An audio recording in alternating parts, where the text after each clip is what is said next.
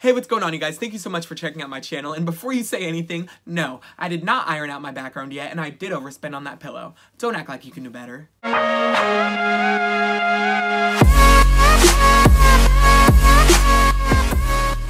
So in case you guys haven't heard, Cardi B released a new song with Mr. Bruno Mars. It's called Finesse, and it is pretty fantastic. It's got this whole 90s vibe to it. When you watch the music video, it definitely makes you feel like you're watching something from the 90s, and it has groove to it. Now, Bruno Mars is incredible. I've never seen him live, so I can't say firsthand, but I do know people who have, and I know he writes a lot of his own music, and he always brings this really cool, funky vibe that a lot of people don't bring nowadays. So it's always refreshing to hear him on a track. And when you put Cardi B on the track with it, you can't help but love this song. They're two incredibly lovable people with a hell of a lot of talent, in my opinion. I mean, can you actually resist that chorus? And that dance that Bruno does? It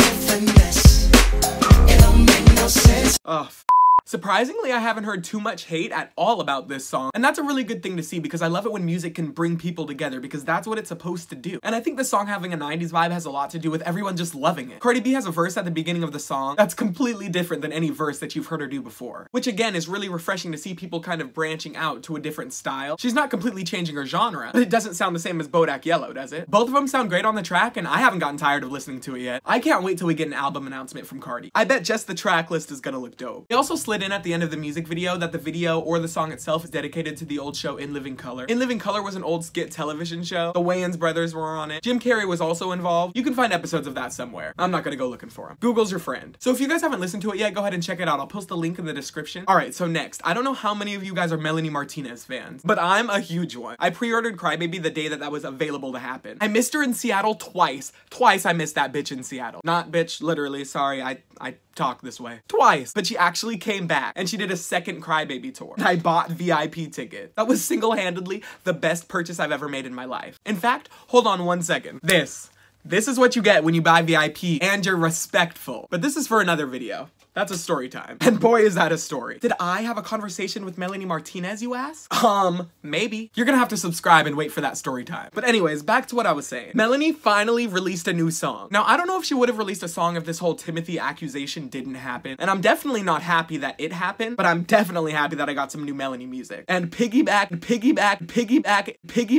is a bop. I'm not gonna get into the situation. I don't know what happened. You don't know what happened. But I think we can both agree that that song is pretty damn good. I've personally met Melanie, and she's probably the sweetest person that I've ever met. And I know people are gonna say that it's still possible that it happened. I'm not saying anything about it. I'm just saying that that song is incredible. And Melanie's a sweetheart. She goes into pretty in-depth detail about a friend who does her wrong, and how she's had to move away from somebody who was her really good friend, while also touching base on all of the fake people she's trusted throughout the past few years. And that's why I love this song so much, along with how great the beat is, and the fact that she went along with the Crybaby theme by calling it Piggyback. It's a great song. So if you are a Melanie fan, I highly suggest you go listen to it. It's on her SoundCloud. I'll try and put her link in the description. I'm pretty sure I can do that. You guys know I'm new to this whole YouTube thing. I don't know what the I can do, but I'll try my best. Which finally brings me to the last topic of this video, which is that Ryan Murphy, and in case you don't know who Ryan Murphy is, how the fuck not know who Ryan Murphy is? He's pretty much the most amazing television producer on the planet. He's produced so many TV shows that you probably know and love, including but not limited to American Horror Story, Glee, The Glee Project, American Crime Story, Nip Tuck, and of course one of the greatest shows to ever grace the American television screen,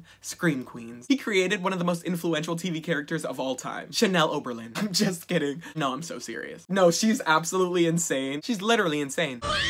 But she's the funniest bitch on the planet. If you have not seen Scream Queens, ooh, season 1. Season 1 is fucking golden. Go follow Ryan Murphy on everything. He's incredible. Anyways, Ryan Murphy just did an interview with EW Magazine, and he said that American Horror Story Season 8 is gonna be based, get this, in the future. Part of me wonders if this is finally gonna trail back to the aliens in Season 2. That's what I and a whole bunch of people thought was gonna happen in Season 6, and it never even came close to that. When will that happen? Why was it even necessary to put in that season? I'm not even gonna lie to you guys, Season 2 of American Horror Story is the only season that I've never completely finished. I got far. I know who Bloodyface was. I just didn't think it was that interesting. And I am a huge American Horror Story fan. If you like Season 2, that's fine. It just was not my cup of tea. So he basically said that it was gonna be based in the future, but only mildly in the future. So we're not talking 3025. He also clarified that it's 100% not happening in space. Some people are thinking that it's gonna happen in 2019, and it's gonna be the continuation of Season 1. Other people are thinking that it's gonna be the crossover season of Season 1 and Season 3, which I would be so down for. American Horror Story Coven was literally my favorite season of American Horror Story ever. And if we get some type of second part to that this year, I would be shook. But they're saying it's gonna be crossed over with season 1. Season 1 was also not my favorite season of American Horror Story. It just didn't all make sense. I mean, that leather suit, people defend it and I get it because it's their favorite. Also, it was the first season, so people have that emotional attachment to it, but I definitely don't think it was American Horror Story's strongest season. If I have to give that to any of them, it would probably have to be season 3. I mean, the storyline just went so well. Trying to figure out who the Supreme was gonna be. I got to watch Emma Roberts for an hour every Wednesday. I mean, what more could you want? So I'm definitely really excited to see where Ryan Murphy takes this next season. I know it's gonna be a lot different from what he's done before, because you know, every season of American Horror Story is different from what they've done before. So what are your guys' thoughts on it? Do you think they're gonna do aliens? Do you wish they'd stick with more paranormal situations? Or do you like that they take chances and do stuff that's a little bit different? I'm personally excited to see where he goes with it. And if they can connect it back to season 2 and explain why he even had to have aliens in there in the first place, that would be great, Ryan. Alright, you guys, thank you so much for hanging out with me. If you enjoyed any part of this video, please give it a big thumbs up. Be sure to subscribe and come back so we can talk more about the world around us. And also leave me something in the comment section. I really love talking to you guys about what's going on. Alright, thank you guys so much. Have a great rest of your day. Peace.